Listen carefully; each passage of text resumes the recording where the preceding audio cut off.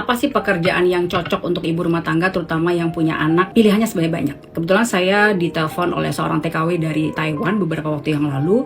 Dia cerita kalau dia sebenarnya kepengen berhenti kerja. Udah 10 tahun di Taiwan, tapi kan nggak ada pilihan lain gitu. Kayaknya tahun ini dia bakalan tidak lagi perpanjang kontrak, karena dia ingin berkumpul bersama keluarganya yang ada di Kudus, di Jawa Tengah.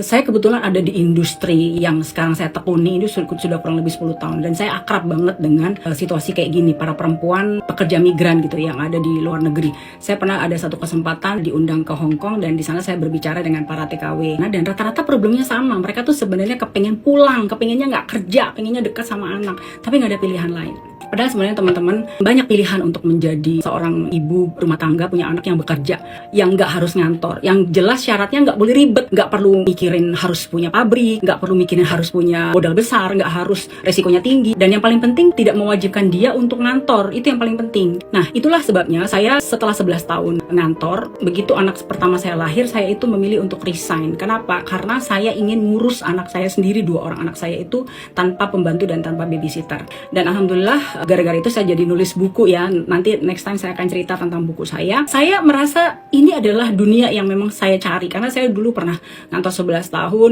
Rasanya nggak punya waktu pasti kalau saya punya anak gitu. Dan kemudian saya pernah juga 13 tahun resign itu jadi ibu rumah tangga pure yang nggak punya income. Waduh, itu stresnya minta ampun, karena saya ternyata manusia biasa, teman-teman, yang belum bisa ikhlas banget gitu loh, yang di rumah ngurus anak, ngurus rumah tangga terus nggak punya income. Nah, di dunia yang saya tekuni sekarang ini itu kayak tengah-tengahnya gitu. Saya tidak harus ngantor, tapi saya punya income, dan income saya bisa melebihi gaji kantoran. Kalau ditanya balik lagi pekerjaan apa yang cocok untuk ibu rumah tangga yang punya anak, banyak pilihannya. Anda bisa dagang kue, kalau Anda punya keahlian bikin kue, Anda bisa masak, bikin catering, Anda dagang online, dagang baju, jadi reseller, bahkan affiliate TikTok seperti sekarang ini, banyak banget pilihannya. Tapi kalau saya menekuni bisnis yang saya jalankan sekarang ini, industrinya udah 10 tahun, bersyukur banget karena saya punya banyak waktu. Bahkan sekarang bikin konten-konten kayak gini tuh di hari kerja, di saat orang-orang yang lagi ngantor itu berangkat ke kantor. Tapi teman-teman, ini pure edukasi. Saya tidak akan bicara tentang bisnis saya. Kalau Anda pengen tahu, silahkan japri aja di komen, nanti kita akan ngobrol. Tapi banyak pilihan, tidak harus ikut bisnis saya